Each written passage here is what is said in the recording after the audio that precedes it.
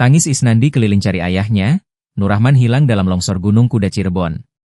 Beginilah tangis Isnandi, pemuda yang berkeliling mencari keberadaan ayahnya, Nurrahman. Nurrahman hilang dalam longsor Gunung Kuda Cirebon. Sejak hilang pada Jumat, 30 Mei 2025, Isnandi terus mencari keberadaan sang ayah namun nihil. Langkah kaki Isnandi, 23, tampak lunglai saat menyusuri lorong RSUD Arjawinangun, Kabupaten Cirebon. Berjaket biru yang mulai kusam dan tas selempang yang lusuh, ia berjalan pelan, menahan sesak di dada. Matanya yang sembab masih berusaha menatap tegar ke depan. Isnandi adalah anak pertama dari 3 bersaudara. Sejak Jumat, 30 Mei 2025, ia berkeliling mencari kabar tentang sang ayah, Nurrahman, 46, yang hilang dalam tragedi longsor tambang batu Gunung Kuda, Desa Cipanas, Kecamatan Duku Puntang. Bapak saya kerja kuli angkut pasir dan batu. Sudah 25 tahun kerja begitu, dari pagi sampai sore, kata Isnandi, Sabtu, 31 Mei 2025.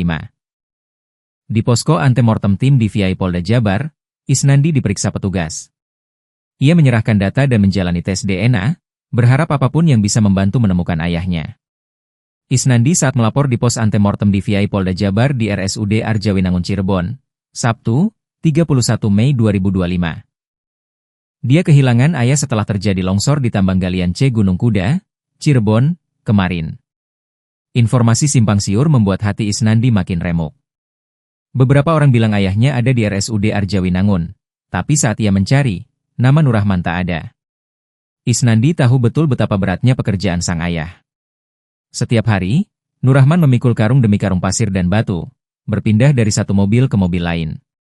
Tak ada keluhan, tak ada istirahat panjang, hanya keringat yang selalu menetes demi menghidupi keluarga. Kini, Isnandi hanya ingin satu hal agar ayahnya ditemukan.